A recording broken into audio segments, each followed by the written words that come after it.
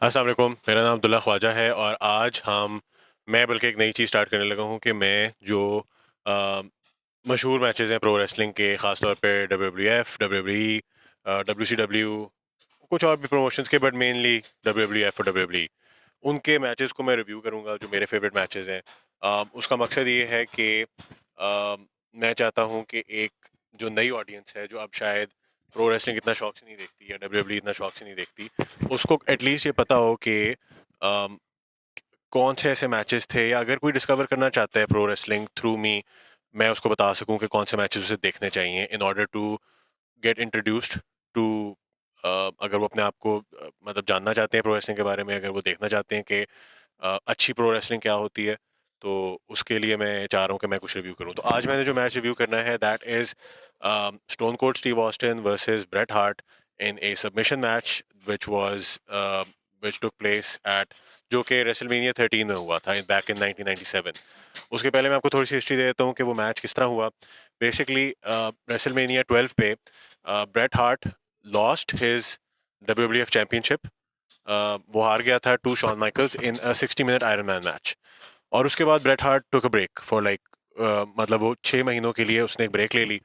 जब वो वापस आया तो स्टोन कोल्ड स्टीव ऑस्टिन आ चुका हुआ था डब्ल्यूडब्ल्यूएफ में, और वो किंग ऑफ द रिंग जीता था। उसने वो अपना प्रोमो दिया ऑस्टिन 316 वाला, जिसकी वजह से फैन स्टार्टेड लाइकिंग हिम। उसकी लगना शुरू हो गई। पहले उसका फ्यूड था विद ओवन हार्ट, इस तरह करके फिर उसका ब्रेट हार्ट के साथ फ्यूड होना शुरू हो गया। उनका एक मैच हुआ था, मेरे ख्याल से या तो उनका सर्वाइवर सीरीज पे हुआ था या समर स्लैम पे हुआ था, जो ब्रेट हार्ट जीत गया था। बट उसके बाद भी उनकी राइवलरी खत्म नहीं हुई। रॉ पे जितने भी रॉज लीडिंग अप टू वो थे रेसलमेनिया, उनकी लड़ाई होती रही थी। और रॉयल रंबल पे भी ब्रेट हार्ट को स्टोन कोल्ड रॉयल रंबल जीता था and he eliminated Bret Hart. तो इस तरह करके उनकी राइवलरी चलती आ रही थी। तो मैच किस तरह स्टार्ट होता है? मैच स्टार्ट होता है, सबसे पहले ऑब्वियसली आपने देखा होगा, जब भी आप कोई प्रो रेसलिंग मैच देखते हैं तो एक प्रोमो पैकेज दिखाया जाता है। प्रोमो पैकेज में उन्होंने सारी चीज़ें वो रिकैप की। उन्होंने बेसिकली दिखाया कि जब से ब्रेट हार्ट वापस आया था 6 महीने की ब्रेक के बाद, तब से वो ज़रा एक हील की तरह बिहेव करना शुरू हो गया था। अच्छा, मैं साथ साथ थोड़ा बहुत आप लोगों को प्रो रेसलिंग टर्मिनोलॉजी के बारे में भी बता रहा हूँ, ताकि आपको पता लगे कि मैं किस बारे में बात कर रहा हूँ।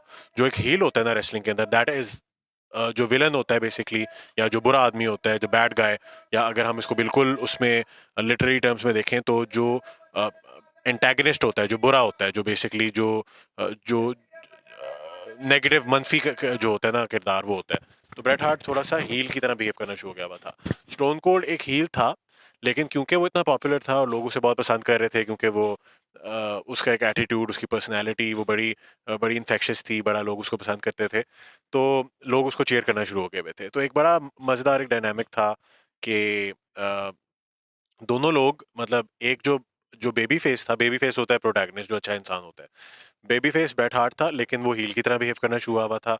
और स्टोन कोल्ड एक हील था, लेकिन वो क्योंकि इतना पॉपुलर था कि वो बेबी फेस वाले रिएक्शन उसको मिलना शुरू हो गए हुए थे।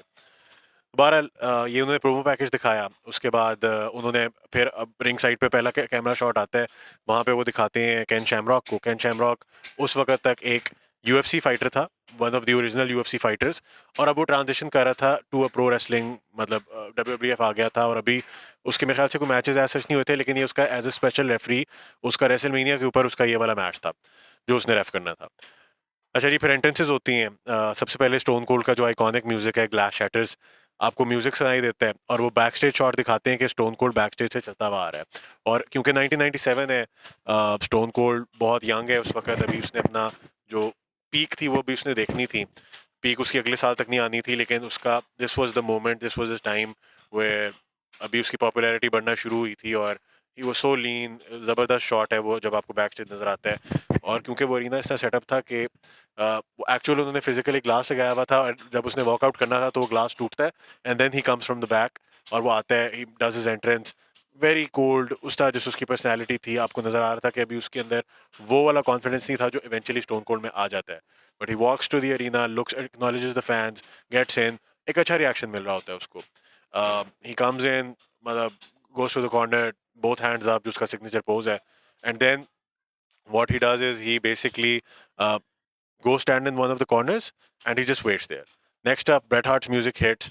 Up because he had started behaving like a heel, तो एक mixed reaction उसको मिलता है when he comes out again.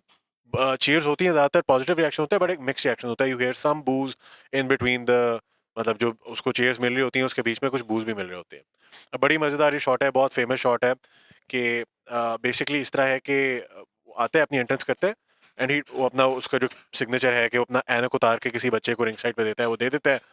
Then he come straight into the ring, walks up to the ring, gets inside. और वो बड़ा एक मजेदार शॉट है कि स्टोन कोल्ड ना कॉर्नर में खड़ा है आराम से इस तरह रिंग रोप्स के ऊपर ना अपने दोनों बाजू रख के, और ब्रेट हार्ट सीधा उसको देखता हुआ आता है। स्टोन कोल्ड ब्रेट हार्ट को नहीं देख रहा होता, वो आके सेंटर ऑफ द रिंग आता है और अभी वो उसको देख ही रहा होता है कि स्टोन कोल्ड क्राउड की तरफ देखता है और भागता हुआ जाता है, उसको टैकल करता है मिड सेक्शन में and then just starts ground and pound. अभी ग्राउंड पाउंड स्टार्ट ही होता है तो वो ब्रेट हार्ट रिवर्स कर देता है, ब्रेट हार्ट ग्राउंड पाउंड कर रहा होता है। करते करते दोनों एक दूसरे को लड़ते हुए रिंग साइड पे निकल जाते हैं। अब रिंग साइड पे आके वो पहले एक दूसरे को लगाते हैं, मुक्के शुक्के लगाते हैं, मतलब शॉट्स वगैरह होती हैं और अभी वो एक्सचेंज हो रहा होता है बैक एंड फोर्थ, कभी उसको मौका पड़ता है, कभी उसको टूटा पड़ता है। स्टोन कोल्ड जो है ना उसको एक छोटा सा हेडलॉक में पकड़ता है। जब उसको हेडलॉक में पकड़ता है तो ब्रेट हार्ट उसको शव करता है straight into the ring post. Ring post में जाके लगता है वो and stone cold is down.